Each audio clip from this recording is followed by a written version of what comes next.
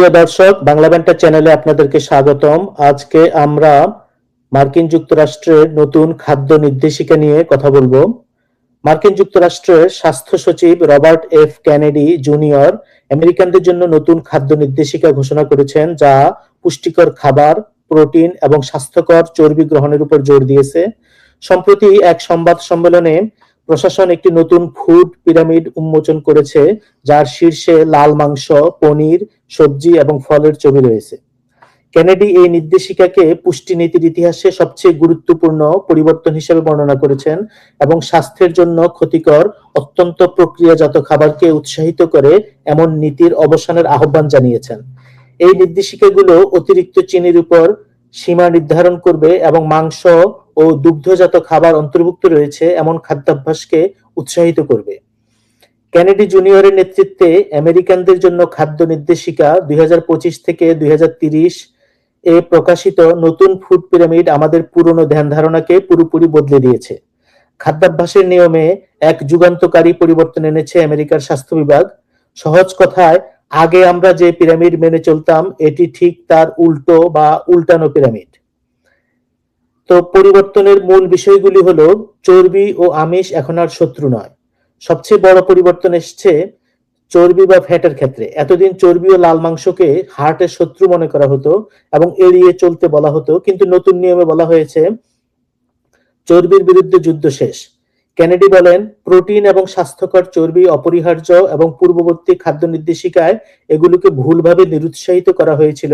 আমরা স্যাচুরেটেড ফ্যাটের বিরুদ্ধে যুদ্ধ শেষ করছি। এখন সয়াবিন বা প্রসেসড তেলের পরিবর্তে ঘি, মাখন, পনির, ডিম এবং প্রাণীজ চর্বি বা স্বাস্থ্যকর ফ্যাট খেতে উৎসাহিত করা হচ্ছে। পিরামিডের সবচেয়ে গুরুত্বপূর্ণ বা উপরের স্তরে এখন স্থান পেয়েছে মাংস, পনির, শাকসবজি এবং ফলমূল।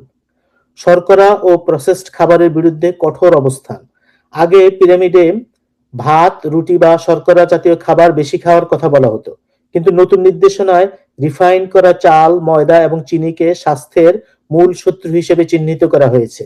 নতুন নির্দেশিকায় কেনেডি পরিশোধিত শর্করা, অতিরিক্ত চিনি, অতিরিক্ত সোডিয়াম, অস্বাস্থ্যকর চর্বি এবং রাসায়নিক সংযোজনীয় পদার্থে ভরপুর অত্যন্ত প্রক্রিয়াজাত খাবার গ্রহণের ক্ষেত্রে একটি নাটকীয় হ্রাসের আহ্বান জানিয়েছেন।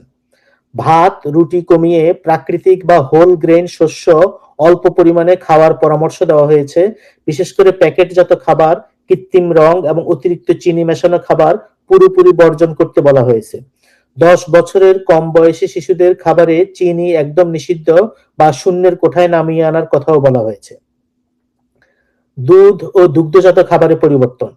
দুধ খাওয়ার নিয়মেও এসেছে বড় পরিবর্তন। আগে হার্টের ভয়ে ননিবিহীন বা লো ফ্যাট দুধ খেতে বলা হতো, কিন্তু নতুন গবেষণায় দেখা গেছে দুধের ফ্যাট শরীরের জন্য উপকারী। তাই এখন থেকে সর সহ বা ফুল ফ্যাট দুধ, দই ও পনির নির্দ্বিধায় খাওয়ার পরামর্শ দেওয়া হয়েছে। এই নতুন ফুড পিরামিডের মূল মন্ত্র হলো কারখানায় বানানো কেমিক্যালযুক্ত প্রসেসড ফুড বাদ দিয়ে প্রকৃতির তৈরি আসল খাবার বা রিয়েল ফুড খেতে হবে।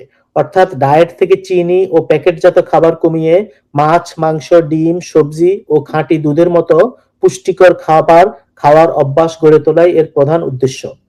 নতুন নির্দেশিকার ভূমিকায় কেনেডি এবং কৃষিমন্ত্রী ব্রুক রোলিন্স বলেছেন, আমরা ফুড পিরামিডকে পুনরুদ্ধার করেছি এবং এটিকে সমস্ত আমেরিকানদের শিক্ষিত ও পুষ্টি যোগানোর আসল উদ্দেশ্যে ফিরিয়ে আনছি। 90-এর দশকের শুরুতে একটি খাদ্য পিরামিড চালু করা হয়েছিল, যার উপরের অংশ ছিল সরু এবং নিচের অংশ ছিল চওড়া। এর নিচে ছিল শস্যদানা, যা প্রচুর পরিমাণে খাওয়ার ইঙ্গিত দিত, এবং উপরে ছিল তেল ও চর্বি, যা অল্প পরিমাণে খাওয়ার ইঙ্গিত দিত। 2011 সালের জুন মাসে ইউএসডিএ সম্পূর্ণ পিরামিড ধারণাটি বাতিল করে দেয় এবং ফার্স্ট লেডি মিশেল ওবামা কর্তৃক প্রবর্তিত আরো সহজ মাই প্লেট ভিজুয়ালের স্থলাভিষিক্ত করে। এখন সেই প্লেটটিও বাতিল করা হয়েছে এবং পিরামিডটি আবার ফিরে এসেছে, তবে এবার এটি উল্টো করে দেওয়া হয়েছে, আপসাইড ডাউন। কেনেডি এবং রোলিন্স লিখেছেন, এই পদ্ধতিটি অনেক আমেরিকানদের স্বাস্থ্যের গতিপথ পরিবর্তন করতে পারে এবং তারা উল্লেখ করেছেন যে 70%-এরও বেশি আমেরিকান প্রাপ্তবয়স্ক অতিরিক্ত ওজন বা স্থূলতার শিকার, যার কারণ হলো এমন একটি খাদ্যাভ্যাস যা অত্যন্ত প্রক্রিয়াজাত খাবারের উপরে নির্ভরশীল হয়ে পড়েছে এবং এর সাথে যুক্ত হয়েছে নিষ্ক্রিয় জীবনযাপন। বছরের পর বছর ধরে আমেরিকানদের সম্পৃক্ত চর্বি সীমিত করার পরামর্শ দেওয়া হয়েছে এবং নতুন ফুড পিরামিডটি সমালোচনার মুখে পড়েছে। স্ট্যানফোর্ড ইউনিভার্সিটির পুষ্টি বিশেষজ্ঞ ক্রিস্টোফার গার্ডনার বলেন, আমি নতুন পিরামিডটি নিয়ে অত্যন্ত হতাশ, যেখানে লাল মাংস এবং স্যাচুরেটেড ফ্যাট উৎসগুলোকে একেবারে শীর্ষে রাখা হয়েছে, যেন এগুলোই অগ্রাধিকার দেওয়ার মতো বিষয়। এটি কয়েক দশকের প্রমাণ এবং গবেষণার পরিপন্থী। তিনি ডায়েটারি গাইডলাইন্স অ্যাডভাইজারি কমিটির একজন সদস্য ছিলেন, যারা পুষ্টি সম্পর্কিত সমস্ত প্রমাণ পর্যালোচনা করেছিল। তিনি প্রাণীজ প্রোটিনের উপর জোর না দিয়ে শিমের মতো উদ্ভিদ ভিত্তিক প্রোটিনের উৎস বাড়ানোর পক্ষে। আমেরিকান হার্ট অ্যাসোসিয়েশন এবং একাডেমি অফ নিউট্রিশন অ্যান্ড ডায়েটিক্সের, যেখানে হাজার হাজার পুষ্টি বিশেষজ্ঞ রয়েছেন, সবাই এই প্রমাণের কথা উল্লেখ করছে যে অতিরিক্ত স্যাচুরেটেড ফ্যাট হৃদরোগের সাথে সম্পর্কিত এবং নতুন গাইডলাইনে এখনো স্যাচুরেটেড ফ্যাটের পরিমাণ দৈনিক ক্যালোরির 10% সীমাবদ্ধ রাখার সুপারিশটি অন্তর্ভুক্ত রয়েছে। এই নির্দেশিকাগুলো পনির এবং অন্যান্য দুগ্ধজাত পণ্যকে খাদ্য পিরামিডের শীর্ষে স্থান দিয়েছে, যা স্কুলের খাবারের পূর্ণ ননিযুক্ত দুধ এবং অন্যান্য দুগ্ধজাত পণ্য অন্তর্ভুক্ত করার পথ খুলে দিয়েছে। পুষ্টিবিজ্ঞানের উপর ভিত্তি করে ক্রমবর্ধমান প্রমাণ রয়েছে যে দুগ্ধজাত খাবার উপকারী হতে পারে। ডারিয়াস মোজাফফারিয়ান, যিনি একজন হৃদরোগ বিশেষজ্ঞ, জনস্বাস্থ্য বিজ্ঞানী এবং টাফটস বিশ্ববিদ্যালয়ের ফুড অ্যান্ড মেডিসিন ইনস্টিটিউটের পরিচালক, তিনি বলেন, সামগ্রিকভাবে দুধ, পনির এবং দই একটি স্বাস্থ্যকর খাদ্যাভ্যাসের অংশ হতে পারে, এটা বেশ স্পষ্ট।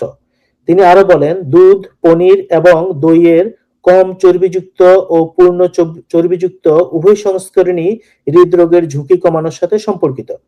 মোজাফফারিয়ান আরো বলেন, আশ্চর্যজনক বিষয় হলো চর্বির পরিমাণ খুব একটা পার্থক্য তৈরি করে বলে মনে হয় না। এবং যদিও নতুন পিরামিডের একেবারে নিচের অংশে সবচেয়ে ছোট আকারে হোল গ্রেইন বা গোটা শস্যকে দেখানো হয়েছে, নির্দেশিকাগুলোতে আমেরিকানদের ফাইবার সমৃদ্ধ গোটা শস্যকে অগ্রাধিকার দিতে বলা হয়েছে। এখানে হোল গ্রেইন এবং পরিশোধিত শস্যের মধ্যে একটি সুস্পষ্ট পার্থক্য করা হয়েছে। গাইডলাইনে প্রতিদিন 2 থেকে 4টি সার্ভিংস গোটা শস্য বা হোল গ্রেন খাওয়ার পরামর্শ দেওয়া হয় এবং একই সাথে সাদা রুটি, রেডি টু ইট বা প্যাকেটজাত খাবারের মতো অত্যন্ত প্রক্রিয়াজাত ও পরিশোধিত শর্করা জাতীয় খাবারের ব্যবহারের উল্লেখযোগ্যভাবে কমাতে বলা হয়েছে। মোজাফফারিয়ান বলেন যে তিনি অত্যন্ত প্রক্রিয়াজাত খাবারের ব্যবহার কমানোর সুপারিশগুলিকে সমর্থন করেন। তিনি বলেন, অত্যন্ত প্রক্রিয়াজাত খাবার বিভিন্ন রোগের জন্য স্পষ্টভাবে ক্ষতিকর, তাই মার্কিন সরকার যখন প্রক্রিয়াজাতকরণের কারণে একটি বিস্তৃত শ্রেণীর খাবার কম খাওয়ার সুপারিশ করে, তখন এটি একটি বড় ব্যাপার এবং আমি মনে করি এটি জনস্বাস্থ্যের জন্য একটি অত্যন্ত ইতিবাচক পদক্ষেপ।